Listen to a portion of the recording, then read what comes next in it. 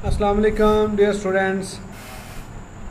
Nursery class के English के नए लेक्चर के साथ हाजिर हैं। आप सब लोगों को इस नए लेक्चर में खुशामदीद है। उम्मीद है कि आप लोगों ने जो पहले का दिया हुआ काम था वो कर लिया होगा। हमने सेकंड टर्म के अंदर कुछ नए लेटर्स सीखे हैं।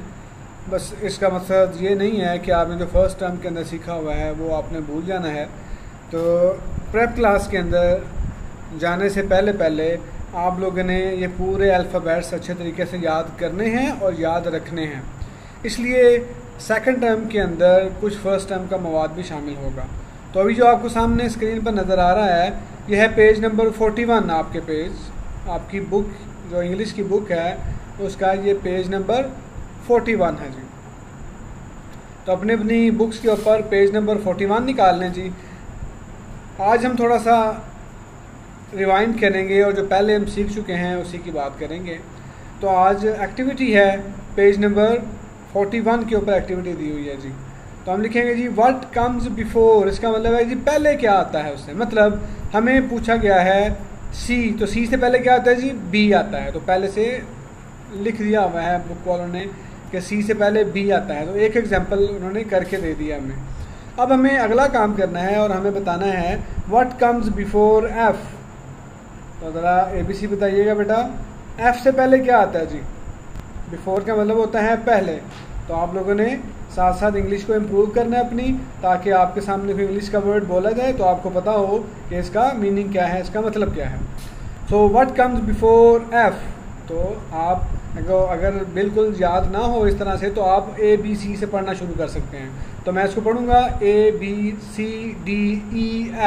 तो देखिए जी F से पहले क्या आ रहा है ई आ रहा है। शाबाश, आपने सही गैस किया। तो एफ से पहले क्या आता है जी ई। तो आप यहाँ पर आप लिखेंगे ई। आपने दोनों ई लिखने हैं। आप कैपिटल ई भी लिखेंगे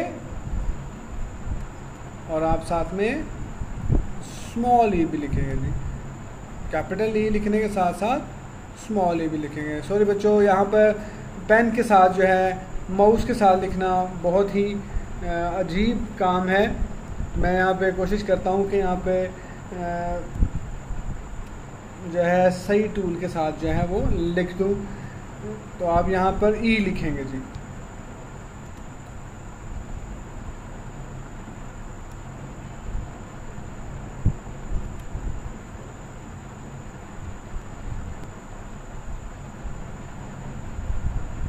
थोड़ा सा लेट हो रहा है। तो अभी आ गया जी हमारे पास लिखा हुआ ई। एक स्मॉल ई है, एक कैपिटल ई लिखा हुआ है, एक स्मॉल ई है। तो अभी हमें स्मॉल ई चाहिए जी। तो अभी हम स्मॉल ई को अपनी असल जगह के ऊपर मूव कर देंगे। ये है जी स्मॉल ई। ओके बेटा, तो आपने लिखना है एफ से पहले क्या आता है। तो एफ से पहले ई आता है, कैपिटल ई, और स्मॉल ई आता है। ऐसे ही जी से पहले क्या आता है। तो आगे पढ़ना शुरू करते हैं EFG। EFG आप लोगों ने याद किया हुआ है। इसका मतलब है जी से पहले क्या आएगा जी एफ आएगा। शाबाश। तो आपने इसको यहाँ पे लिखना है एफ। आप कैपिटल एफ लिखेंगे और थोड़े फासले पर आप फिर स्मॉल एफ लिखेंगे। तो ये इस तरह से हमारा काम कंप्लीट हो जाएगा।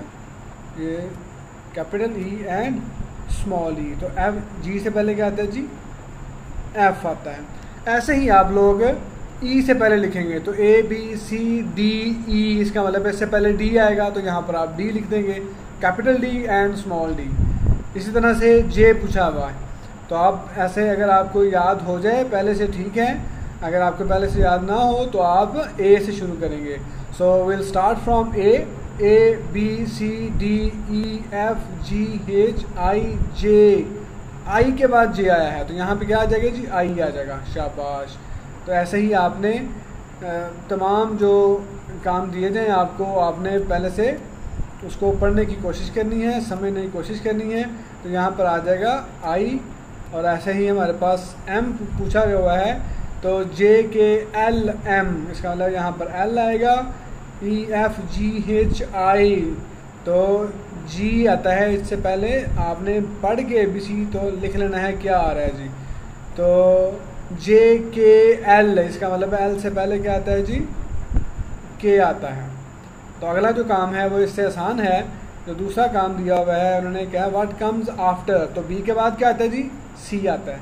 अब यहाँ पर आपको कैपिटल सी लिखने की ज़रूरत नहीं है, यहाँ पर आपने कैपिटल भी लिखना है और स्मॉल भी लिखना है, दोनों लिखने हैं, क्योंकि यहाँ पर कैपिटल जे भी लिखा हुआ है और स्मॉल जे भी लिखा हुआ है।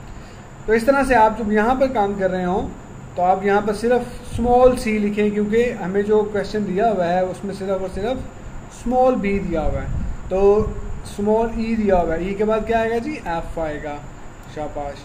और एफ के बाद क्या आएगा जी, जी आएगा, शाबाश।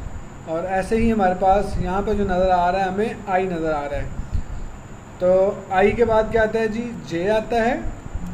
जे के बाद हमारे पास जो पूछा हुआ है एल के बाद क्या आएगा, एल के बाद एम आता है, एन के बाद क्या आता है जी, ओ आता है। तो यहाँ तक जितने भी क्वेश्चंस होंगे वो ओ तक के होंगे, ओ से आगे कोई क्वेश्चन नहीं आएगा। व्हाट कम्स बिटवीन, इसका मतलब है कि दरमियान में क्या आएगा, बिटवीन का मतलब दरमियान में क्या आएगा, आफ्टर का मतलब बाद में क्या आएगा। तो ए बी सी आता है, जी एच आई जे होता है, डी ई एफ होता है, आई जे के होता है, ई एफ जी होता है, और ऐसे ही एम एन ओ होता है। ठीक है बेटा, आप लोगों ने ऐसे ही प्रैक्टिस कर लेनी है। मैंने आपको लेक्चर में बता दिया है, आपने यहाँ से नकल नहीं करना, मैंने आपको तरीका बताया है। अब आप इसको लेक्चर को बंद करने के बाद फिर खुद से ये एक्टिविटी परफॉर्म करेंगे। लेक्चर से आपने ये सीखना है कि इसका मतलब क्या है, क्वेश्चन पूछा क्या हुआ है। बिफोर का मतलब है पहले क्या आता है, आफ्टर का मतलब है बाद में क्या आता है, और बिटवीन का मतलब है दरमियान में क्या आता है। तो आपने इसी तरह से पूरे का पूरा लेक्चर जो है वो याद कर लेना है। उसके बाद फिर आपने जो आपकी बुक है उसके ऊपर इसको नोट कर देना है। उम्मीद है आपका ये आज का लेक्चर बड़ा अच्छा होगा और आपकी एक्टिविटी भी बहुत अच्छी हो जाएगी। इसी तरह के क्वेश्चन आपको एग्ज़ाम्स में आएंगे। सो अपने जहन में रखें, अपने आप को इस बात के लिए तैयार रखें कि जो आप काम कर रहे हैं सिर्फ ये नहीं है, आपको ये बार बार करना है, तो इसलिए आप इसको याद भी करेंगे। टिल देन अल्लाह हाफिज़, आपको नेक्स्ट लेक्चर में इंशाल्लाह मुलाकात होगी।